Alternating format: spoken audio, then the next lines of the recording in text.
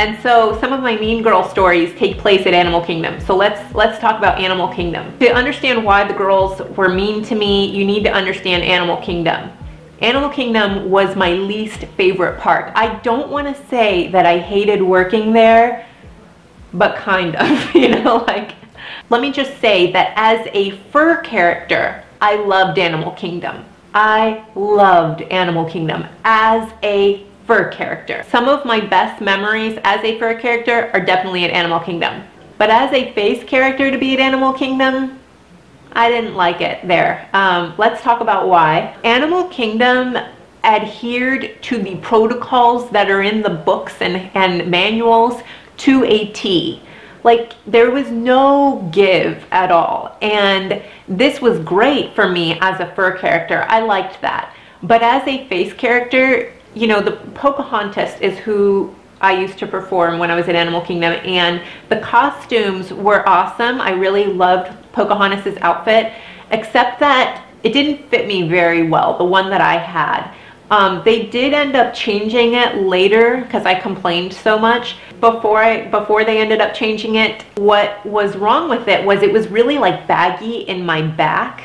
And I used to go behind my neck, and I just kind of pulled over the material, and I would safety pin it. And so, you know, like if you ever look at mannequins, the clothes on mannequins in stores, they always fit the mannequin perfectly. But if you ever go around to the back of the mannequin, you'll see that it's all pinned nice and tight, and it's pinned that way so that it looks perfect. It's suited to their physiques, you know. And you know, even expensive designer model clothing, it always looks so great on models because it's all tailored specifically to their body type. So essentially that's what I used to do. I used to tailor the Pocahontas costume to my body type. If I didn't, it would have been really baggy and boxy and just looked whack on me. And so that's what I used to do. But they were such stickler for the rules. No, don't pin it, you're gonna ruin the costume. And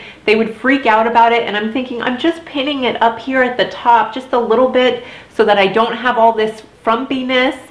And it just, I was also self-conscious like around the arm area. But I just remember the people in costuming that were stationed at Animal Kingdom were always freaking out on me about that. But like, they freaked out on me as if I was ruining their clothes. Like they actually owned that Pocahontas costume. It was kind of weird the way they would freak out about it to me. I don't know, because had I been doing that at Magic Kingdom, the Magic Kingdom people wouldn't have cared. And I understand that these costumes are super expensive, but like, how are you gonna have me wear something that makes me look whack? Like, I'm supposed to be taking all these photos with guests, and Pocahontas is supposed to be looking right. She's not supposed to be looking all whack. And when I used to perform Pocahontas, I wasn't using words like whack and looking right and all this stuff. I talked differently. Hello? Hey, I'm filming a YouTube video. I'm gonna get ready soon. Okay, all right, love you, bye-bye. So if the lighting's a little different right now, it's because I had to stop filming this video and film it at night because I ran out of time that I had. Back to my story. So another reason for my issues with Animal Kingdom were the Disney park guests at Animal Kingdom. Wearing the Pocahontas costume, and if you've watched my Being Pocahontas video, which I'll leave a link in the description box below on that, but I felt like I experienced the most sexual harassment in the Pocahontas costume before they altered it. They ended up altering it and fixing it for me, but the skirt was really short on me. Maybe it was the way that the dress fit me, I'm not sure. I mean, they had tassels. It looked, I thought I looked pretty good in it actually, but at the same time, you know, I remember seeing like dads or like grown men like come around standing behind me when I was bending down to like hug the kids. It really bothered me, like made me mad. Like, I'm trying to take pictures with children and be, you know, give these people, these families, a good guest experience, or you know, a character experience, and then when you have somebody coming along the side of you trying to look at, you know, just, it really bothered me a lot. So that's something I did not appreciate with Pocahontas. Not to mention the fact that Pocahontas was all by herself. When I used to perform Princess Jasmine, I had Aladdin with me, so I much preferred having somebody to work off of, but that's neither here nor there. That's just, you know, it's not really important. What bothered me was, you know, getting ogled when I didn't, that wasn't what I signed up for in doing Pocahontas. I don't know, maybe it was the long hair with the little dress, I don't know. And then there were like the people at Animal Kingdom who worked backstage with me, such as the van drivers. I remember the driver who used to drive me from the wardrobe building to my set location break room at Rafiki's Planet Watch. I had the same driver every day, and he was not a happy person, not happy at all, kind of angry at the world, and just really just angry, and anything you said to him, he would turn it into something negative. You weren't allowed to smile in front of him. I think it annoyed him to be, if I was happy or smiley or joyful or anything, I think he seriously got annoyed by that. And you know, I don't know his story. I don't know how he grew up. Maybe I wouldn't be smiling or happy either if I had lived his life. So I don't want to judge him, but you know, I was younger, and so it was just really hard for me to deal with somebody like that. That was hard. And really, I don't think it matters where you work, whether you work at Disneyworld or a clothing store or fast food or whatever. The people you work with make up your, I mean, you spend so many hours at work, you know, so if you have like people who you really love, they can make a job wonderful for you. But if the people are not that great, and you know, this was somebody who Disney had backstage. They didn't have this dude out with the guests, for the guests, you know, to interact with them. I feel like they kind of Disney hides their, you know, some people backstage. So there was the van driver, then there were the managers at Animal Kingdom, just in general, were very like, they weren't happy people, let's just say, and I almost felt like the management was out to get you. It felt like I didn't want them to see me, like I didn't want to even be around them. Just stay away from management at Animal Kingdom, because otherwise they were going to find a reason to be angry with you or to get you in trouble or give you whatever. I think there are strikes or something, I don't know.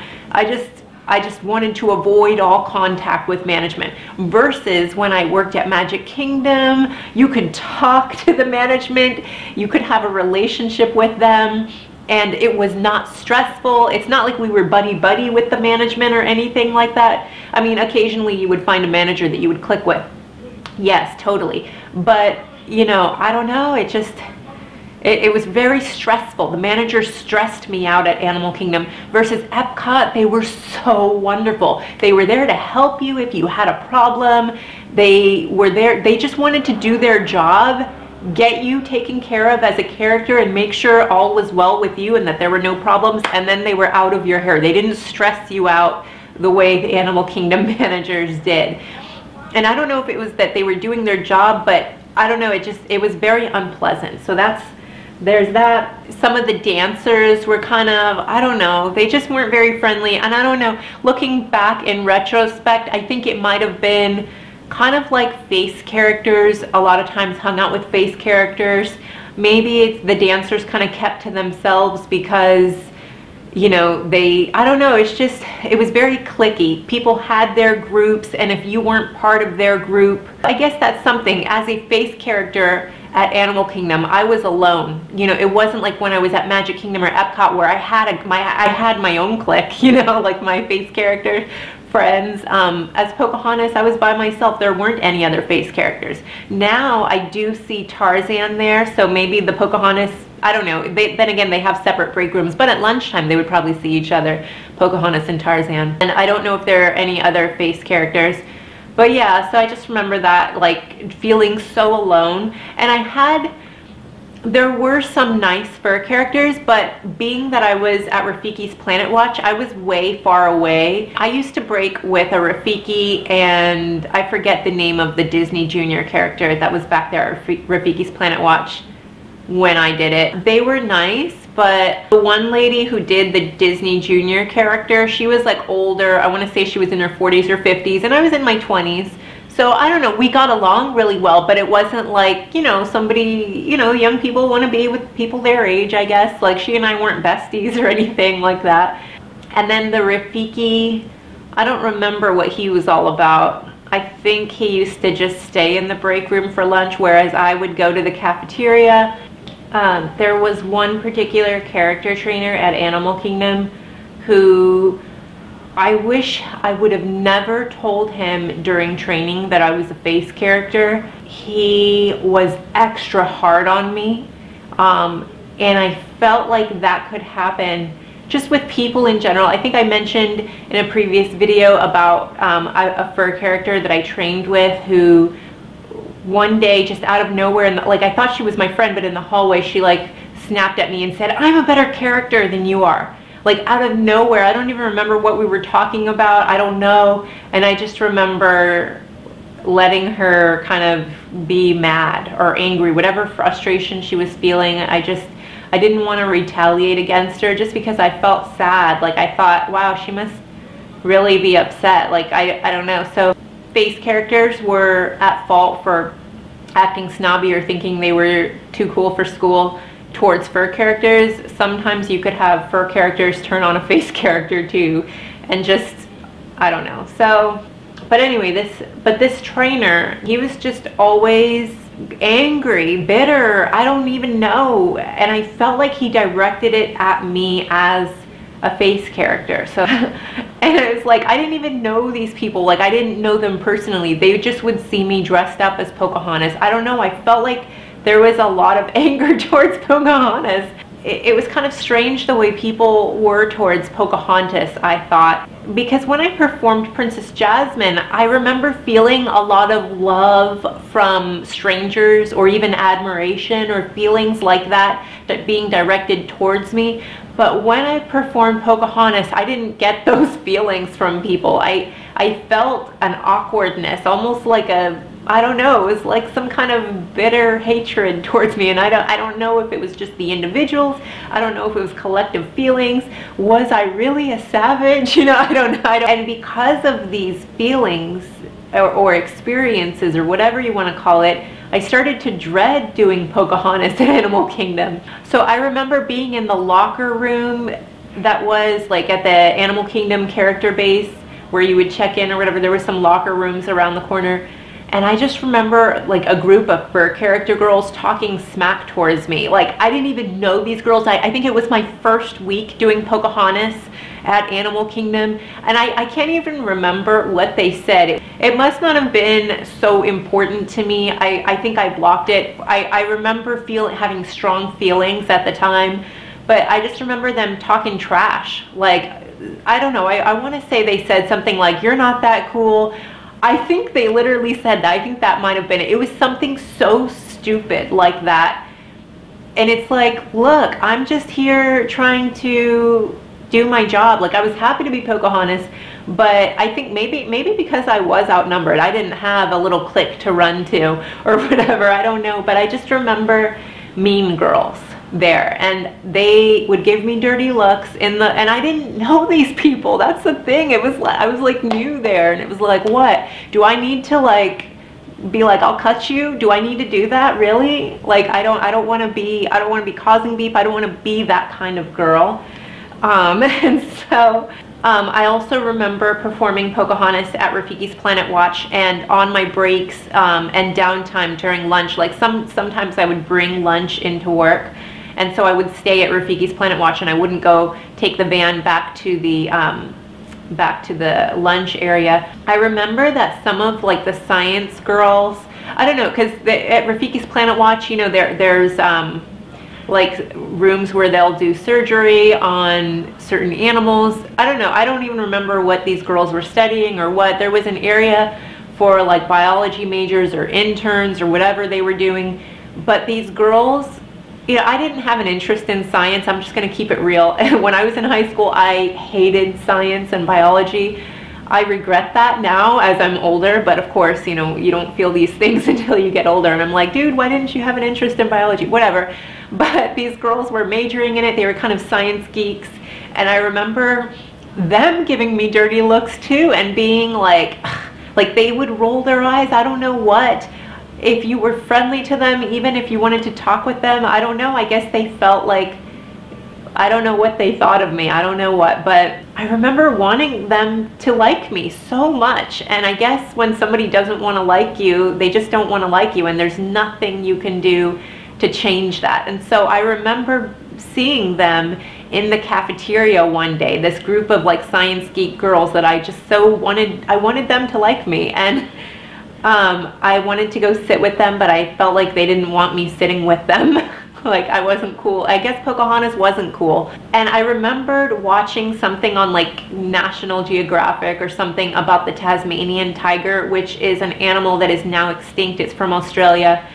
They were showing video of it on National Geographic. And so I just remember trying to describe the Tasmanian tiger to these girls, or group of, I think there were some guys in there too, but I remember trying to explain it to them, and they were like, what were you watching? Were you watching, like, they were like, do you believe everything you see on TV? You were probably watching some joke channel. Like, I don't even know what they thought I was watching. Like, they were pretty much saying that I didn't know what I was talking about, that I was completely crazy for thinking that the Tasmanian tiger was real and all this stuff. So I was like so angry. And this was before we had smartphones, so I had to like run over to the internet, and I looked up the Tasmanian tiger, and I found like something from Harvard or some legit source that talked about the Tasmanian tiger and had its class and phylum and all this stuff, all the whatever lingo the science people use for describing animals.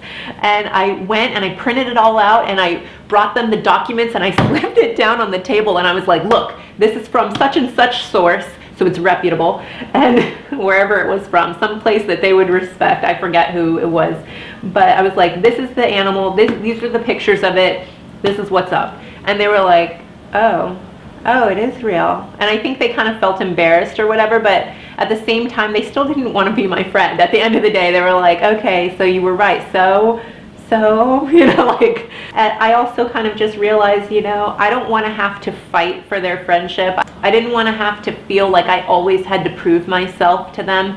And the fact is, I didn't have a strong interest in science, and they did. So, you know, maybe we wouldn't have had all that much in common. Maybe they would have, you know, been talking about science all the time, and I would have had nothing to contribute to the conversation. So maybe that's what it was. They were just young college girls like me, and so I thought that that was enough, but apparently it wasn't. So I just remember feeling very lonely and isolated at Animal Kingdom, and I'm sure there's other things that are too numerous to mention, but these are just some reasons why I didn't enjoy working in Animal Kingdom. That was my experience as a face character. As a fur character, I had a clique. I just hung out with all the fur characters, and they were my friends. And because I was a fur character, nobody looked at me differently. I was treated as an equal, and I liked that.